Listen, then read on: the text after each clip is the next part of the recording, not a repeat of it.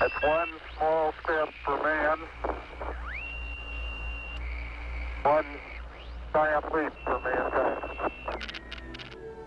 In July 1969, the world watched as American astronauts landed on the moon. They left behind several mementos to commemorate the occasion, including a patch listing the names of 3 American astronauts who died tragically in the nation's quest to reach the moon: Roger Chaffee, Ed White, and the leader of the team, Hoosier astronaut Virgil Gus Grissom. He had the dedication, the experience, and the patriotism to give up his life for the American space program. That's something that should not be forgotten. It should be remembered always. Grissom grew up in a modest home in tiny Mitchell, Indiana.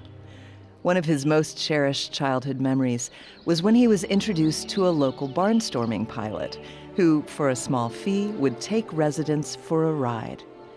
Grissom had no money, but gladly traded his prized BB gun for an opportunity to soar high through the Hoosier sky.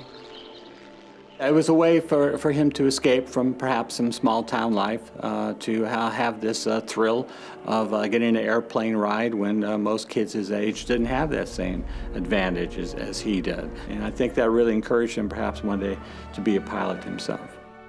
By 1950, Grissom had a degree in mechanical engineering from Purdue University and was a fighter pilot serving in the Korean War, completing 100 missions over enemy airspace.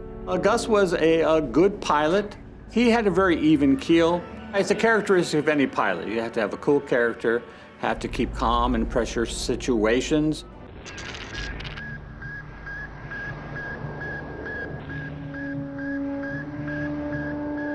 On October 4th, 1957, the Soviet Union really shocked the world, and particularly Americans, by announcing that they had launched the first artificial satellite, Sputnik, into space. And it engendered a crisis of confidence in the American public. Priorities within NASA, the fledgling American space program, were suddenly launched into high gear, and they began reaching out to several of the country's top pilots, including Gus Grissom. This puts the astronauts in the spotlight and puts a lot of pressure on them, particularly for Gus's mission into space, which happens in July 1961.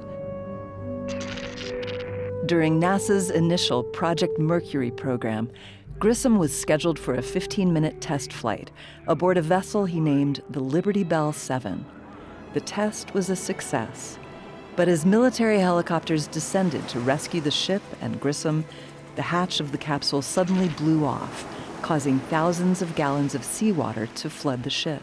More and more water's coming into his space suit. He's losing his buoyancy. Luckily for him, that other helicopter comes by, throws him a line, winches him out of the water, and gets him aboard. Some in the press looked to blame Grissom for the blown hatch, though most within NASA never held him directly responsible. In less than 5 years, Grissom would again be chosen to head one of NASA's next biggest initiatives, Project Gemini. Gemini 3 mission went off really without a hitch, and the astronauts were lionized. They went to the White House.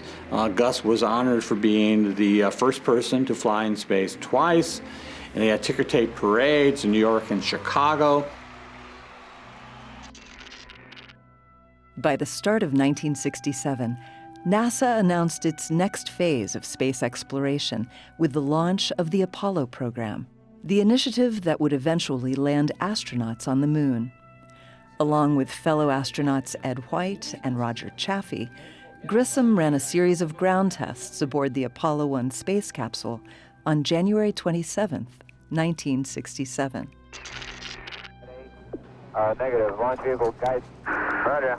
And while all this is going on, there's a scuffed electrical wire in the miles of all this wiring in the spacecraft that's been chafed, and there's an open wire. Suddenly something happens, it sparks, And in that pure oxygen atmosphere under pressure, just the tiniest thing like that can cause a blazing inferno. And they die on the launch pad. Without Gus's sacrifices and the sacrifice of Ed White and Roger Chaffee, Neil Armstrong and Buzz Aldrin and Michael Collins could not have made it to the moon and back as they did in July 1969. In June 2022, leaders from NASA joined the families of Grissom, White, and Chaffee to dedicate a new historical marker at Arlington National Cemetery in Washington, D.C., a memorial that pays tribute to the Apollo 1 crew and their contribution to one of the greatest scientific accomplishments in history.